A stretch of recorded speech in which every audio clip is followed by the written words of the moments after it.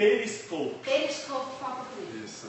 Bom, gente, demorou, mas começou o quinto Drops Extra, edição extra. Edição extraordinária. Foco Edição Crítico. extraordinária. Nós estamos aqui, Guilherme Maranhão, Fausto Chermont, com Thomas Hoepcker. Thank you for coming. Thank you. I didn't understand the word you said. Diz que não entendeu uma palavra do que nós estamos. Nós estamos na exposição dele aqui na Galeria de Babel, em São Paulo, e é uma exposição temática sobre o Muhammad Ali, o Cassius Clay Muhammad Ali. E, na verdade, o interesse nosso nessa entrevista é a importância do Thomas. Ele é fotógrafo da Magnum, foi presidente da Magnum de 2003 a 2006. Ele tem uma série de ensaios nos anos 60, 70, vem até agora. Ele tem um trabalho, uma foto icônica do 11 de setembro, que a maioria das pessoas conhece. E foi capa de livros, de coletâneas.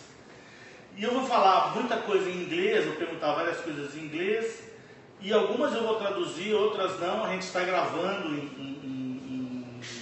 em vídeo também, para depois legendar o que der e o que precisar e a gente botar no ar um dia. Um dia.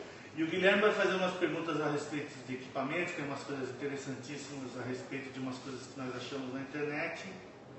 Então eu vou começar agora. Good morning, Thomas. Morning. That's the first word I can understand. Okay. Listen, it's not your first time in Brazil. No, simply not. You've been here for the fair, or been like 3 or 4 years ago, or you've been before? Longer. About 8 years ago, I think I was here. First time. Yeah. And then 3 more times.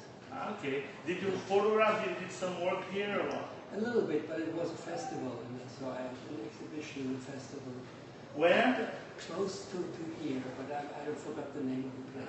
Okay. On the ocean. On the ocean, close to here. It was not Rio de Janeiro. No? Ok, não.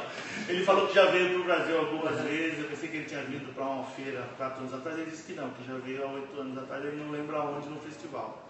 Okay, let's talk about the show because it's very iconic pictures, historical work. And I was wondering about what I'm going to ask you about this because I think that so much stuff has been said.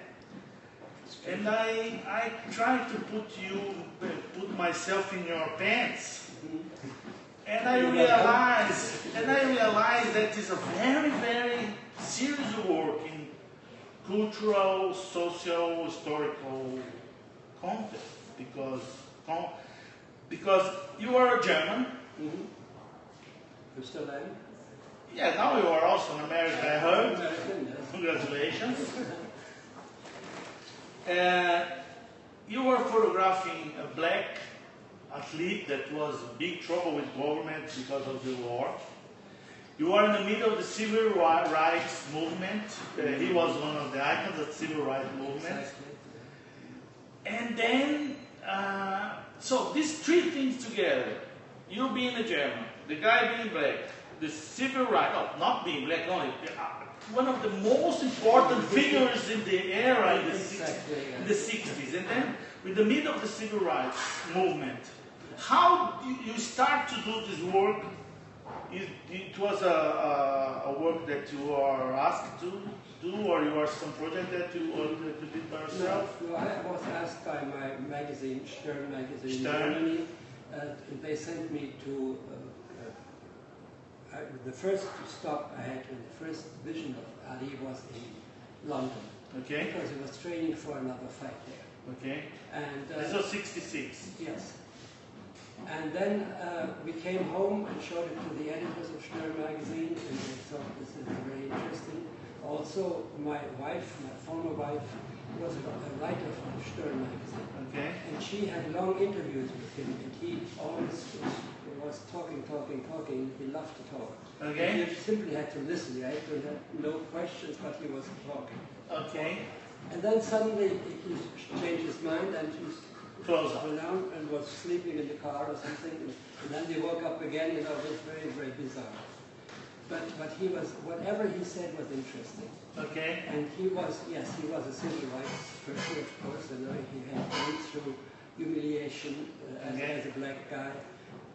But whatever he said was so precise, you know, and so mostly very funny. Really? But he was political aware. He was, or he wore his positions were. He was against the war for sure because he didn't. Of course, later he really ran into trouble when he was a draft dodger. Yes. He did not want to be military. He said, all them people in the Far East, you know, they never did anything to me. Yeah, and he was arrested now. He just lost the almost he could not work or fight for 5-6 years. 5 years. So but he lost the Olympic medals, I think. But American took, or the Olympic institution took? Yeah, they took that back, yes. They give them back? But they did get it back later. Okay. I had a picture from the Olympics in Rome.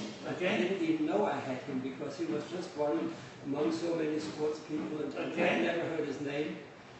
Years later, I understood what this was him again. Okay. Bom, eu perguntei para ele a respeito de como ele começou a fazer o trabalho. Nos anos 60, ele falou que a revista Externa mandou ele para Londres. E ele falou que eu perguntei, porque o contexto das fotos é muito importante, porque tem o Civil Rights Movement, que é uma coisa dos direitos civis americanos. Ele era negro, o maior atleta do mundo na época, e o Thomas é alemão, quer dizer, agora ele é americano, né? Mas o Thomas é alemão. Então, assim, quer dizer, era um contexto muito estranho para você estar metido no meio, sendo um estrangeiro.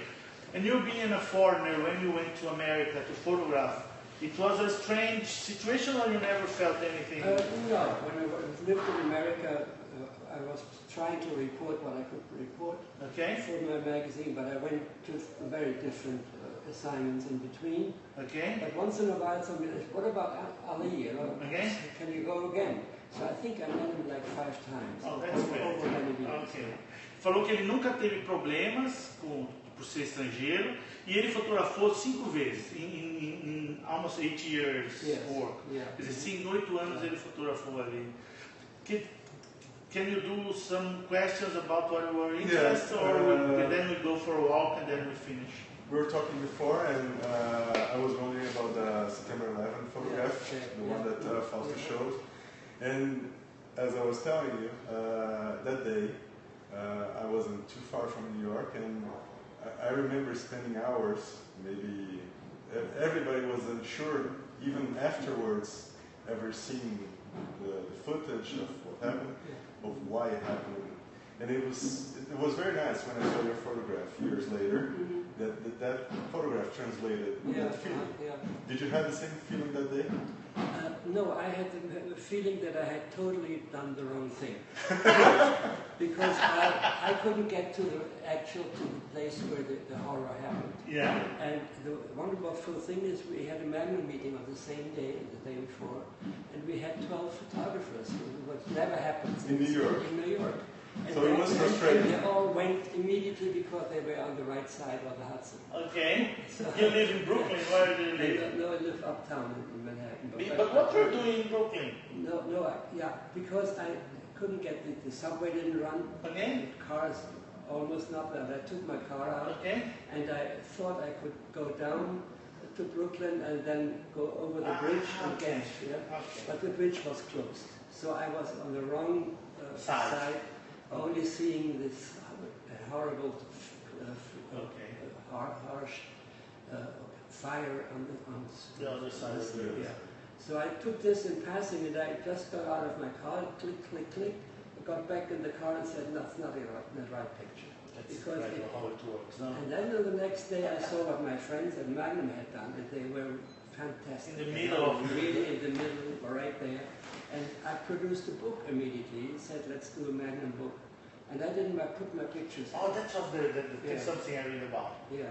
So we had a wonderful book about 9/11 without my picture. That's incredible, because it was cooking. Yeah. I think some pictures cook in time. They go, and then they are the most important one, and nobody realized that. It took 8 years before somebody from Germany, from gallery who wanted to do a show looked through my archive and said, wow, that's an interesting picture. And I said, no, I don't think so. Okay, let's take a fast walk. Yeah, Can you sure. show us some work? Okay. We do this in 2 cameras, so I hold one. No, okay. Okay, let's go there. And then you want to talk about these two works? Yeah, that's for me a very exciting thing. This picture on Ali has been there for a long, long time. It has been a book cover, and everybody, the collectors wanted it, etc., etc. You can see here my contact sheet where I had this film of my first encounter with Ali. And you can see that I marked this picture, which is this one right there. Okay. And this is the original contact sheet picture. Just enlarged. Okay, but this is the original one. So I marked this one and I made prints, and this became a very famous picture which everybody wanted, and collectors still want it today. But I ignored this one because it was totally underexposed. Okay. Only now, with new equipment. Okay, all the new scanners and stuff. Yeah, I have a very good scanner, and I just wanted to see what's there. And to my surprise, we have a picture of Ali, not the friendly Ali, but a very menacing Ali. Okay. You can see he's full of scratches. Yes. And the man had so many fights. Okay. Physically, she was mutilated, but also psychologically because of his draft dodging and about the things he had said, etc. So he was a very complex person. So I'm seeing the good Ali and the bad Ali. Okay. And also it shows that he was mutilated, physically, but also psychologically. Okay, let's translate that because it's very, very nice. Vou fazer uma pausa. Okay. I just translate and then we finish, I believe, because it's too much time. Okay. Ok, gente, vou traduzir porque isso foi muito interessante o que ele falou. Quando ele fez a foto, isso é da primeira vez que ele fotografou, aqui está o contato ampliado. Ele se preocupou muito com essa fotografia, sempre foi uma foto importante, que as pessoas compram, tudo bem. Quando agora com o scanner novo, ele percebeu essa imagem, e essa imagem traduz uma outra imagem para ele, uma outra sensação, que é do Ali mutilado, marcado por causa das lutas que ele teve. E é muito interessante essa imagem, as duas juntas são espetaculares. Let's do our picture together later in front of this because this is so interesting. E eu acho que a gente vai ter que terminar, porque nós já passamos de 10 minutos, e aqui foi o Thomas Hoepcker. We need to finish, I think it's more than 10 minutes now. They all fall asleep now. Yeah, no, I think that's enough. I think that was really good. Thank you very, very much. Okay. You are a very, very great person.